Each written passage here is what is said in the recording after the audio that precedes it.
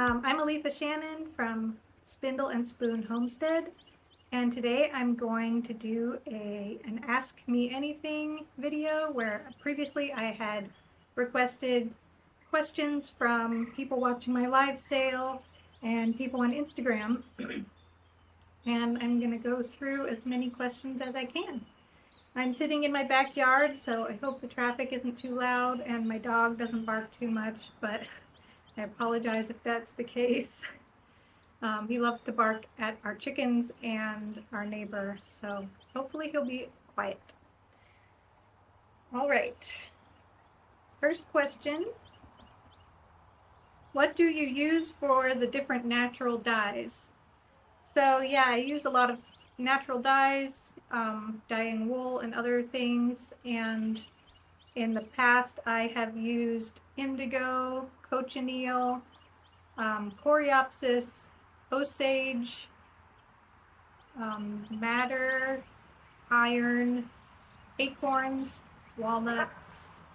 That's all I can think of at the moment. There's probably a couple more, but those are the ones I've used the most, and really I'm kind of leaning more towards just using indigo, osage, and cochineal, and then I'm also growing coreopsis because it's so easy. But if I use indigo for blue, osage for yellow, and cochineal for reds and pinks, then I've got my primary colors, and those three dyes are really light, fast, and they last a long time. So that's kind of my plan, is to just use those three colors with different mordants and modifiers after baths to achieve a wide range of colors. I'm definitely not an expert in that by any means. I've only been doing this a few years, and I feel like I'm still learning the basics, but it's exciting to think about. Do you sell your Gulf Coast fiber by the fleece? I don't. I sell Gulf Coast native wool, but I don't raise it. Like, I don't have the sheep myself. I buy them from another shepherd. She lives down in kind of western Louisiana, southwestern. Anyway, she does sell it raw. So if you're interested, send me a message. And I buy mine from her. How many varieties of cotton are there? This is testing my knowledge. I have no idea. I know there are a lot of varieties of cotton. I know that, like, commercial growers, for instance, are regularly improving and creating new varieties. And for fiber art, there's a lot of heirloom varieties. And so I have no idea. Dozens and dozens, maybe hundreds. I'm showing my ignorance here. Does fiber overtake your house or just this cute room? That was during my live sale, so they could see behind me my shelf of fiber. It definitely overtakes my house. It's not just in one little room. My fiber room is pretty small, and it also has my sewing machine, my sewing patterns, my fabric, my natural dyes, a bunch of my equipment. Like, it's almost too small to even use, but at least it's good for storage. And then my bigger equipment, like my floor loom, my spinning wheels, that kind of stuff, is out kind of in my living room. And if you count my rabbits, they have totally taken over my back porch. So yeah, it's definitely spilled over into the rest of the house.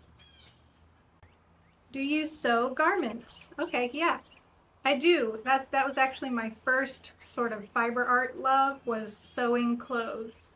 I kind of dabbled in sewing all through my childhood, but then when I became about 14 years old, I got really interested in sewing clothes. I think a lot of it was that I just didn't have a lot of money, but I had fabric and I had sewing patterns, and my grandma and my mom had taught me how to use them and the sewing machine. And so I would regularly come up with crazy things. I would sew them. I would sew things from patterns. I would buy bed sheets and stuff from the thrift store, and I would sew those or use those to sew things, and I just never really stopped doing that. But it has definitely slowed down a lot since I learned how to spin. A lot of people ask this a similar question to each other, which is, what's your favorite fiber to spin? And that's hard to pick. I don't know. Obviously, I really like angora because I raise angora, but I really like things that are blended and have like interesting little bits in them, like little bits of yarn scraps or bits of silk. That makes things really fun. I think really I'm into blends. I like angora blended with a fine wool, like my marshmallow fluff that I sell. I like angora blended with llama or Surrey llama or Surrey alpaca. That is really luxurious. I have a blend like that in my shop too. And I'm getting really interested in blends with plant fibers, like with cotton or flax. Those are actually really fun to spin too. And when I say I can spin them, I don't mean in like the most beautiful uniform yarn ever. I just mean I'm just kind of going for it, and it comes out a little lumpy, but it feels really cool and it looks cool, and I'm happy with it. And I'm sure I will keep improving. How do you store your fibers? I try to keep fiber moving along so that it's not just sitting around. But if it is going to sit around, I will put it in a plastic Ziploc bag. I also have a cedar chest where I keep things that are like inventory for my shop, like bats for protecting them. And if it's a big fleece that I'm working with, I keep it in one of those like mesh pop-up laundry things. So it's easy to move around. Yeah, that's about it. How many rabbits do you have? Currently, I have 8 rabbits. I've got space for 2 more, but I'm waiting to see if I can get some shipped in from a giant angora rabbit breeder. How do you keep your angora rabbits cool in the summer? This I'm going to write a whole blog post about and do a big video about in a few weeks, because it's a big thing. I live in the deep south. It is very hot and humid. It's not a good place for angora rabbits. But I wanted to try, and at first, for the first couple years, they were indoors, like in a shed with air conditioning. And that worked pretty well, but it was hard to keep things like clean and dust free, because raising animals, you know, with hay and with their fur and everything, it just gets really dirty. And I wanted to have them more out in the open air so the air quality is better, because rabbits really need clean air. I mean, everything does, but rabbits are really susceptible to respiratory illnesses, and I wanted to get them out in the open more. So I am experimenting this summer with having them on my back porch. The back porch is really deep, and it's just part of the roof of our house, so it has a roof overhang, and it's north facing, so it's always shady, and it always feels cool-ish. I mean, it's still hot, but it's, as far as our backyard goes, it's a cool area in our yard. And the floor is cement, and so I've got them back there in their wire cages, so it's very ventilated. I've got a fan pointed at them. I would like to install a ceiling fan because there's a light right above them, but I haven't done that yet. I just make sure they have plenty of water. I sometimes give them ice bottles, like milk jugs filled with ice, you know, like frozen milk jugs. And some of them, they don't even use them, and some of them chew holes in them, so that doesn't really work, and they don't really seem to care. I see them definitely getting hot in the afternoons when the index is over 100 degrees, but they, like, it's not like they're looking scary, like I'm really worried about them. I kind of know the signs to look for like significant heat stress, and I haven't been seeing that. I've just been seeing, they look hot, but when it cools down at night, they'll be fine. So they just kind of relax and just kind of veg in the afternoons when it's really hot, and I assume they perk up in the nighttime. It is nice to have them sheared when it's really hot. I just sheared them this weekend, so they're all feeling pretty good right now, but in about 3 months, they will have full coats again, and that'll be July, August, September. That'll be like in September/October, and it's still going to be really hot. It won't be hot every single day, but it'll be hot a lot of days. That's just the way it is down here.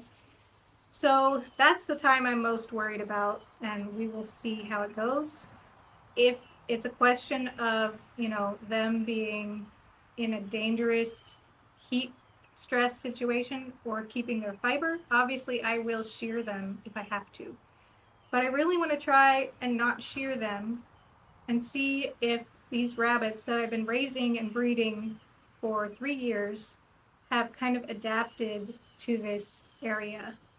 Because even though they did have some air conditioning before in the past 3 years, it wasn't like in a house. It wasn't super cold. So I want to see if I can have them just adapt enough so that they're not super, it's not super dangerous for them, and they can make it through the summer and still produce their fiber. So that was a long answer, but I am going to talk about that more in an upcoming video. Okay, how do you source your fiber providers? This is a cool question. Over the years I've done it differently, and I still do buy fibers from online that I just Google for, but mostly I buy fiber from local fiber farmers. And in Louisiana, there's not very many, except for commercial cotton. There's tons of that, but I don't buy that. So I just find them, usually on things like Facebook, or I think they've all been on Facebook, honestly. I guess I found one through my Spinners and Weavers Guild. So just making connections locally, and over the years I've found a handful of fiber farmers. I know one that raises colored cotton, one that raises Romney sheep, one that raises Angora goats and rabbits, and one that raises Gulf Coast native sheep. And of course there's also the Acadiana fiber shed, which is in South Louisiana, and they raise, the fiber shed's for all fibers, so I'm part of that too, but mostly they're focused on the Acadian brown cotton, which I have bought and used as well. Why did you move to Louisiana? We moved to Louisiana, I think about 7 years ago. It was because my husband had finished graduate school. He got his PhD, and he got a job at the college in this town, and so we moved here. That's pretty much it. I'm from Kansas. I grew up in the Midwest. He's not from the South either. I had never even thought about living in the South, at all, until he applied for this job. And I was like, gee, what would that be like? That would be so weird. It's such a different place. It feels almost exotic in a way, because it has such a unique culture, vibe, history, I don't know. And of course, different areas in the South are all different from each other as well, but Louisiana does have a really strong culture and a pretty long history compared to a lot of states. So that was really exciting to experience. And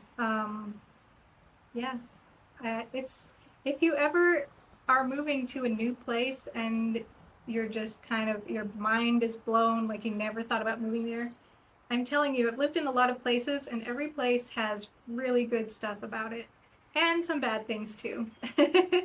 But every place is like that. There's good and there's bad. So try to focus on the good, I guess. The good things about Louisiana are the winters are wonderful, and even the fall and spring, it's like a long stretch of the year that's pretty nice. Summers are a little tough, but the things grow here year round. If you like growing things, vegetables, flowers, fruit, whatever, year round there's something you can grow in your garden, and that is really cool. Here's a question. It says, canning. Do you do canning or fermenting? I just posted a canning recipe last week for my blackberry plum jam. So yeah, I do can. I can jams and tomato sauce and salsa and pickles and stuff like that. I haven't really ventured into the pressure canning, although I have all the stuff to do it. I'm just scared. But one day I will try and do some pressure canning. I also do really like fermenting, and I'm going to share videos about that too, some recipes and things. I love to ferment pickles, sauerkraut, things like pickled radishes, cucumbers obviously. And I also really like making fermented sodas, and I'm working on that very soon. I will be able to share those with you. So you can make your own soda that's like fizzy, and it has probiotics in it, so it's healthy for your gut. It's a lot better for you than the chemically sodas off the shelf, and it tastes really good.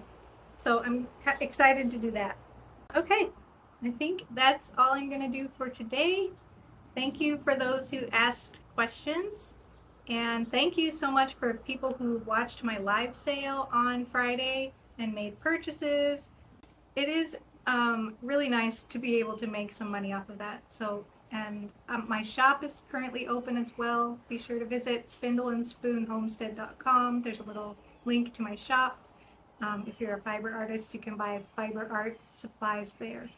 And yeah, I will see you later with some more recipes. My next recipe is going to be some rabbit gumbo in the Instant Pot. So join me later this week too. Thanks. Bye.